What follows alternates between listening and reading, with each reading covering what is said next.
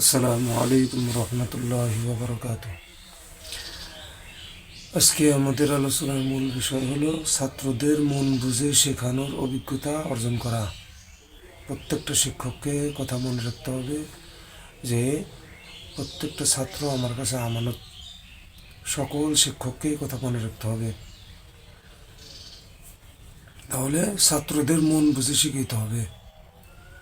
আমরা ইতিপূর্বে আলোচনা করেছি ছাত্রদের মনোযোগ আকর্ষণ করার কৌশল, তারপরে ক্লাসরুম ব্যবস্থাপনা।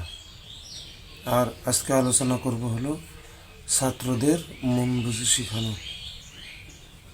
কারণ আমি শিক্ষক, আমার ক্লাসে বিভিন্ন ধরনের শিক্ষার্থী থাকবে, কয়েক ধরনের শিক্ষার্থী থাকবে। প্রত্যেকের মন বুঝে শেখানোর অভিজ্ঞতা অর্জন করা, এটা শিক্ষকের একটা মহৎ একটা গুণ।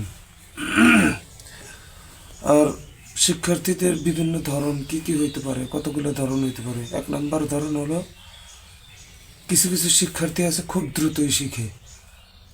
তার মানে হলো একবার তাকে বুঝিয়ে দিলে সে শিখতে পারে, অতিরিক্ত আরও কিছু বিষয়ে সে শিখতে পারে, উদাহরণ সহ সে বের করতে পারে। এক ধরনের শিক্ষার্থী। আরেক ধরনের শিক্ষার্থী আছে, এটা হলো প্রথম প্রকার গেল। দ্বিতীয় প্রকার হলো ধীরগতি শিক্ষার্থী।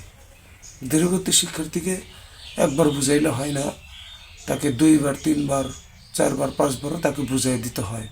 কয়েকবার বুঝাই দিলে সে বুঝে। আর 3 নম্বর হলো প্রায়োগিক শিক্ষার্থী। অর্থাৎ তাকে বুঝাই দিলেও হবে না, তাকে প্রয়োগের মাধ্যমে বুঝাই দিতে হবে। শুধু বই থেকে পড়া বুঝাই দিলে হবে না, কয়েকবার বুঝাই দিলেও হবে না, বরং তাকে তার পড়াটা প্রয়োগের মাধ্যমে বোর্ডে লিখে, কোনো একটা চার্ট দেখে বোর্ডে লিখে তাকে বুঝাই দিতে হবে। এ ধরনের 3 নম্বর শিক্ষার্থী। আর 4 নম্বর হলো শ্রুতিমুখী শিক্ষার্থী। অর্থাৎ কিছু শিক্ষার্থী আছে, তারা শুনে শুনে শিখতে চায়, আর একজনের পড়া শুনে শুনে তার কাছ থেকে শিখে। তো তাকে পড়াটা, যে কোনো একটা পড়া তাকে কয়েকবার শেখানো যেতে পারে, কয়েকবার তাকে শিখাইতে হবে। আর 2 নম্বর আর একটা প্রকার হলো ভিজুয়াল শিক্ষার্থী। অর্থাৎ তাদেরকে শেখানোর জন্য কোনো ভিডিও বা কোনো চার্ট তাকে দেখানোর প্রয়োজন হয়। তাহলে কয়েক প্রকার শিক্ষার্থী, 5 প্রকার শিক্ষার্থী আমরা পাইলাম। এক নম্বর প্রকার হলো দ্রুত শিক্ষা শিক্ষার্থী। 2 নম্বর হলো ধীরগতি শিক্ষার্থী। 3 নম্বর হলো প্রায়োগিক শিক্ষার্থী। 4 নম্বর হলো শ্রুতিমুখী শিক্ষার্থী। আর 5 নম্বর হলো ভিজুয়াল শিক্ষার্থী। এই 5 প্রকার শিক্ষার্থীকে আমাকে ক্লাসের মধ্যে শেখাতে হবে। ক্লাসের মধ্যে আমাকে এই 5 প্রকার শিক্ষার্থীদের সামনে নিয়ে আমাকে পড়া শিখাইতে হবে, পড়া তাকে বুঝাই দিতে হবে। এখন এই 5 প্রকার শিক্ষার্থী তো বুঝলাম, কিন্তু এই 5 প্রকার শিক্ষার্থী আমি খুঁজে বের করব কিভাবে, আমি পাবো কিভাবে, খুঁজে পাবো কিভাবে, বা বুঝবো কিভাবে? এটা বোঝার জন্য একটা শিক্ষার্থীদের এই পার্থক্য নির্ণয় করার জন্য একটা টিপস হলো প্রাথমিক পর্যবেক্ষণের মাধ্যমে। 1 নম্বর কথা, প্রাথমিক পর্যবেক্ষণের মাধ্যমে এদেরকে চেনা যাবে। প্রথম দিন, কয়েকদিন, 2-3 দিন, প্রথমে কয়েকদিন বা 2-3 দিন আমি ক্লাসে যাওয়ার পরে শিক্ষার্থীদের অবস্থাকে বুঝতে হবে। 2-3 দিন ক্লাসে গেলেই, ছাত্রদের পড়াইলে, ছাত্রদের সাথে কথাবার্তা বললে তাদের পার্থক্য নির্ণয় করা সহজ হবে। 1 নম্বর। 2 নম্বর হলো মৌখিক পরীক্ষার মাধ্যমে বা লিখিত কিছু পরীক্ষার মাধ্যমে তাদেরকে নির্ণয় করা। 3 নম্বর হলো প্রশ্ন করে বোঝা। অর্থাৎ শিক্ষার্থীকে কিছু প্রশ্ন দেওয়া, প্রশ্ন করলেই বোঝা যাবে যে কোন শিক্ষার্থী কেমন। প্রশ্নের উত্তর দেখে আন্দাজ করা যাবে, অনুমান করা যাবে যে কোন শিক্ষার্থী কোন লেভেলের। আর একটা প্রকার হলো, আর একটা অবস্থা হলো যে শিক্ষার্থীর সাথে কথাবার্তা বলে শিক্ষার্থীর অবস্থা জিজ্ঞাসা করে বোঝা। তাহলে 4টা পদ্ধতি শিক্ষার্থীদের এই অবস্থান, 4টা পদ্ধতি। যেমন একজন শিক্ষার্থী বারবার দেখা যাইতেছে, কয়েকদিন হলো দেখা যাইতেছে সে ক্লাসে শুধু চুপ করে থাকে। এই চুপ করে থাকা শিক্ষার্থীকে কাছে ডেকে নিয়ে আসে, হয়তো বা সে প্রশ্ন করার সাহস খুঁজে পাইতেছে না, তাকে সাহস যোগানো, তাকে সাহস যোগাইতে হবে, ধমক না দিয়ে তাকে সাহস যোগাই দিতে হবে, যাতে করে সেই সাহসে সে যেন প্রশ্ন করার সুযোগ পায়। এখন শিক্ষার্থীকে মনোযোগী, একক মনোযোগী কিভাবে করব? একক মনোযোগী হওয়ার জন্য কয়েকটা গ্রুপে ভাগ করা যেতে পারে। যদি আমাদের দ্বারা সম্ভব হয় তাহলে ছাত্রছাত্রীদেরকে কয়েকটা গ্রুপে ভাগ করে তাদেরকে আলাদা আলাদা টাস্ক দেওয়া।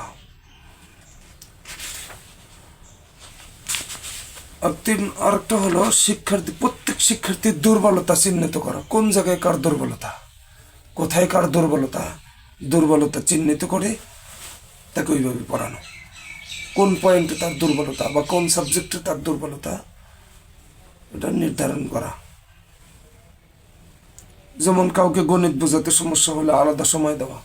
কেউ গণিত বুঝে না, অঙ্ক বুঝে না, অঙ্কে কাঁচা, অন্যান্য সাবজেক্টে সে ভালো বুঝে কিন্তু সে গণিতে কাঁচা, তাহলে গণিতের জন্য আলাদা তাকে সময় দিতে হবে। সপ্তাহে একদিন কমপক্ষে আলাদা একটা সময় বের করা, যেখানে প্রত্যেক শিক্ষার্থী এসে প্রশ্ন করতে পারে। একটা দিন এভাবে রাখা, শিক্ষার্থীদের জন্য রাখা।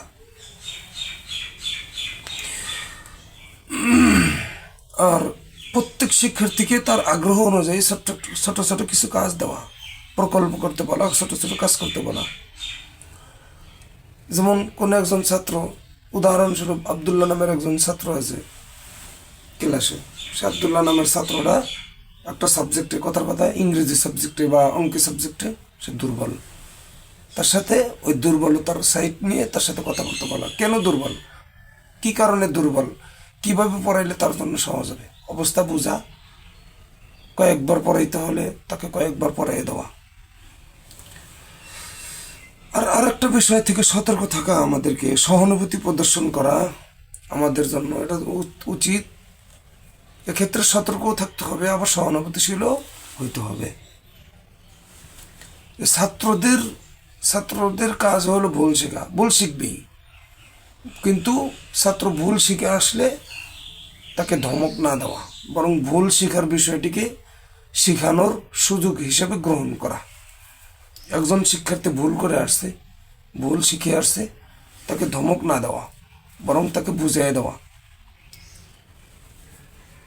ভুল করলে দোষারোপ না করা, তাকে দোষ না দেওয়া, বরং তাকে উৎসাহ দেওয়া, উৎসাহ দিয়ে তাকে শিখিয়ে দেওয়া। আর কোনো শিক্ষার্থী যদি ছোট একটা সাফল্যতা অর্জন করে, ছোট্ট একটা ঠিক কাজ করছি, লিখতে গিয়ে পড়তে গিয়ে অল্প একটু সঠিক কাজ করছে, সঠিকভাবে পড়ছে, এই সঠিকটাকেই মূল্যায়ন করা, সঠিকটাকেই মূল্যায়ন করা, তাকে বাহবা দেওয়া, মাশাআল্লাহ বলা দিয়ে তাকে আগ্রহী করা, তাকে ধমক না দেওয়া। আর শিক্ষার্থীদের সাথে বন্ধুত্বপূর্ণ আচরণ, এটা যতটুক না হলেই নয় ততটুক, একদম পরিপূর্ণ নয়, পরিপূর্ণ বন্ধুত্ব আচরণ করে ছাত্রদের সাথে আবার মিশে না যাওয়া, যতটুক না হলেই নয় ততটুক বন্ধুত্বপূর্ণ আচরণ করা। তার মানে হলো ছাত্রদেরকে সাহস দেওয়া, ছাত্রদের সাথে মিশা, ছাত্র যেন আমাকে আপন করে নিতে পারে, কারণ আমাকে যদি আপন না করে নিতে পারে ছাত্র আমাদের থেকে শিখতে পারবে না, উপকৃত হইতে পারবে না। আর একটা বিষয় হলো ব্যক্তিগত সমস্যা বোঝার চেষ্টা করা। ছাত্র হয়তো বা একজন ছাত্র পড়ার মধ্যে অমনোযোগী থাকার একটা কারণ হইতে পারে তার ব্যক্তিগত কোনো সমস্যা আছে, পারিবারিক কোনো সমস্যা আছে, এটা শুনে তদনুযায়ী ব্যবস্থা দেওয়া, পারলে ব্যবস্থা দেওয়া, পরামর্শ দেওয়া।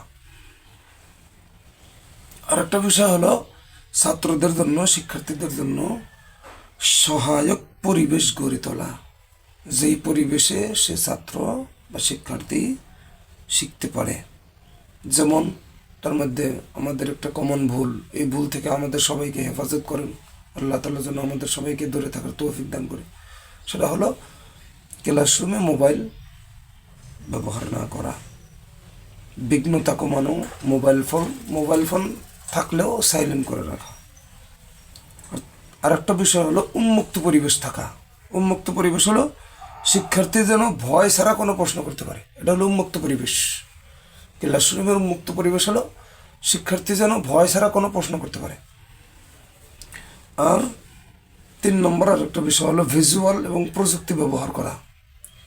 অনেক মাদ্রাসায় বা অনেক শিক্ষা প্রতিষ্ঠানে হয়তো বা নাই, আবার অনেক শিক্ষা প্রতিষ্ঠানে আছে ভিজুয়াল প্রযুক্তি ব্যবহারের মাধ্যমে ডিজিটাল বোর্ডের ব্যবস্থা আছে। ও ডিজিটাল বোর্ডে শিক্ষক লেখাইতেছে, লেখে পড়াইতেছে, আবার কোনো প্রয়োজনীয় কিছু ভিডিও ওই ডিজিটাল বোর্ডের মাধ্যমে দেখাইতেছে, মনিটরের মাধ্যমে দেখাইতেছে। এটা অনেক প্রতিষ্ঠানে আছে, আবার অনেক প্রতিষ্ঠানে নাই।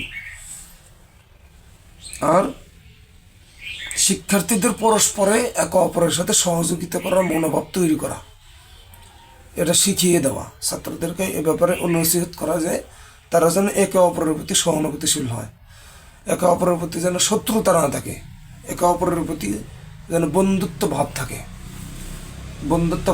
কারোর প্রতি যেন শত্রুতা না থাকে।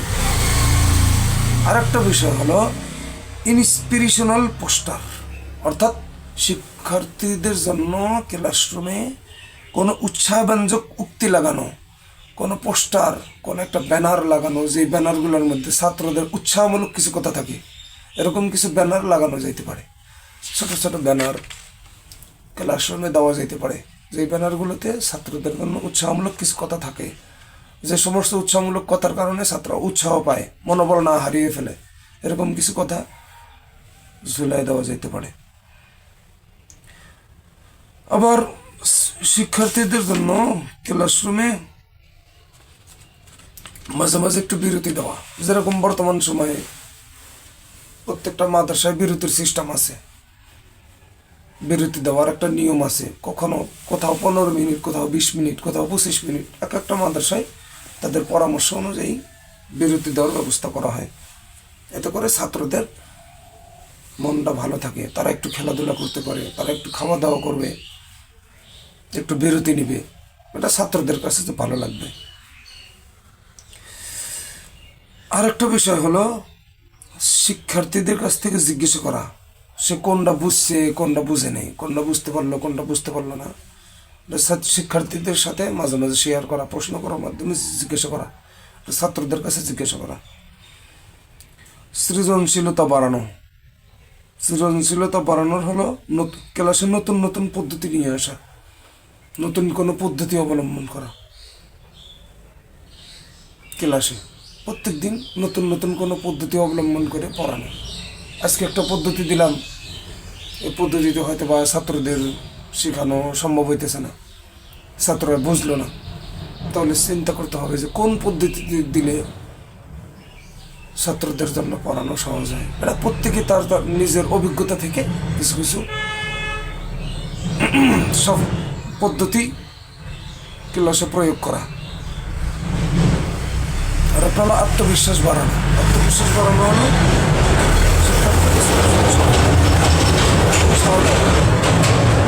শিক্ষার্থীদের ছোট ছোট সাফল্যকে উৎসাহ দেওয়া।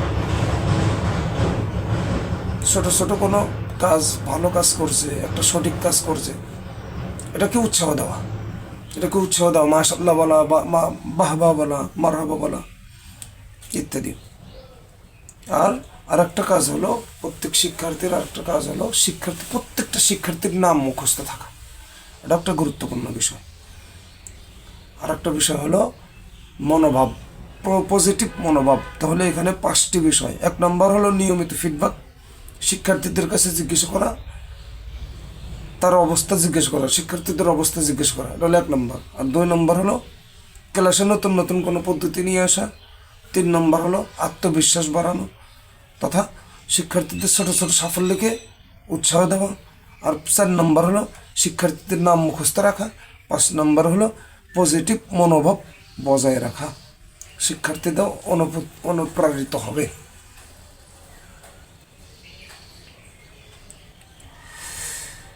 আচ্ছা, শিক্ষার্থীদের মন বুঝে শেখানো মানে তাদের নিজস্ব গতি এবং ধরন অনুসারে সহানুভূতিশীল এবং ধৈর্যশীল হওয়া। এর দ্বারা ছাত্রদের মনোবল বাড়বে, ভালো শিখবে, আত্মবিশ্বাসী হবে, আনন্দময় হবে, ক্লাসরুমটা আনন্দময় হবে, এই বিষয়ের প্রতি খেয়াল রাখা। তাহলে আজকের যে বিষয়বস্তুগুলো ছিল, এই বিষয়বস্তুগুলো আরেকবার বলতেছি। ছাত্রদের মন বুঝে শেখানো, এখানে কয়েকটা টিপস। 1 নম্বর হলো বিভিন্ন শিক্ষার্থীদের ধরন। শিক্ষার্থীদের বিভিন্ন ধরন থাকবে, তার মধ্যে 5টা ধরনের কথা বলছে। 1 নম্বর হলো দ্রুত শেখা শিক্ষার্থী, 2 নম্বর হলো ধীরগতি শিক্ষার্থী, 3 নম্বর প্রায়োগিক শিক্ষার্থী, 4 নম্বর শ্রুতিমুখী শিক্ষার্থী, 5 নম্বর ভিজুয়াল শিক্ষার্থী। আর 2 নম্বর হলো শিক্ষার্থীদের পার্থক্য নির্ণয়, 3 নম্বর একক মনোযোগী হওয়ার কৌশল, আর 4 নম্বর হলো সহানুভূতি প্রদর্শন, 5 নম্বর সহায়ক পরিবেশ গড়ে তোলা, আর 6 নম্বর হলো সার্বিক কিছু টিপস দেওয়া এবং কিছু উপদেশ দেওয়া, ছাত্রদেরকে কিছু উপদেশ দেওয়া। এ ছিল আমাদের আজকের প্রোগ্রাম, আজকের ভিডিও। ইনশাআল্লাহ পরবর্তী ভিডিওর জন্য অপেক্ষা করবেন। ইনশাআল্লাহ সবাই ভিডিওটা শেয়ার করে দিবেন, লাইক দিবেন, আর আমার এই ছোট্ট চ্যানেলটিকে সাবস্ক্রাইব করবেন। পাশে থাকার জন্য সবাইকে ধন্যবাদ। আসসালামু আলাইকুম রহমতুল্লাহি ওয়া বারাকাতুহু।